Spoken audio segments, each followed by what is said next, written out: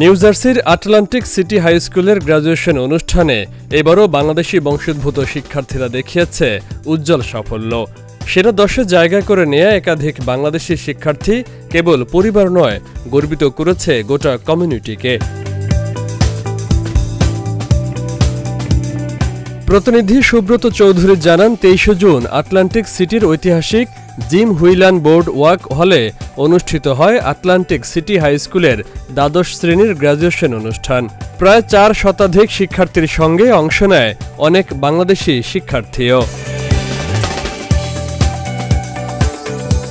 পরিবারের সঙ্গে গাউন পরে অনুষ্ঠানস্থলে এসে শিক্ষার্থীরা অপেক্ষা করছিল জীবনের এক গুরুত্বপূর্ণ মুহূর্ত উদযাপনের জন্য।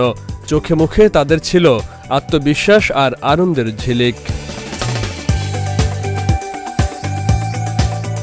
অনুষ্ঠানে কৃতিত্বের তালিকায় সেরা 10-এ স্থান করে নিয়েছে বাংলাদেশি বংশোদ্ভূত ফাইজা, ইশতিয়াক, তানজিয়া, ইশরাক, তাসনুভা, আমেরা ও নাদেরা।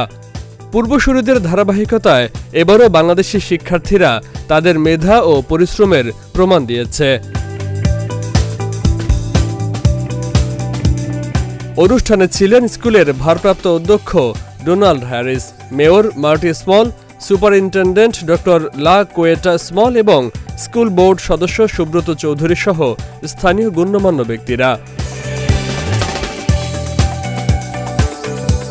ডিপ্লোমা হাতে নেয়ার সময় শিক্ষার্থীদের চোখে যেমন ছিল আনন্দের চাহনি, তেমনি অভিভাবকদের চোখে ছিল গর্বে ভেজা অশ্রু। শুধু গ্র্যাজুয়েশন নয়, এটি ছিল একটি কমিউনিটির স্বপ্ন পূরণের মুহূর্ত।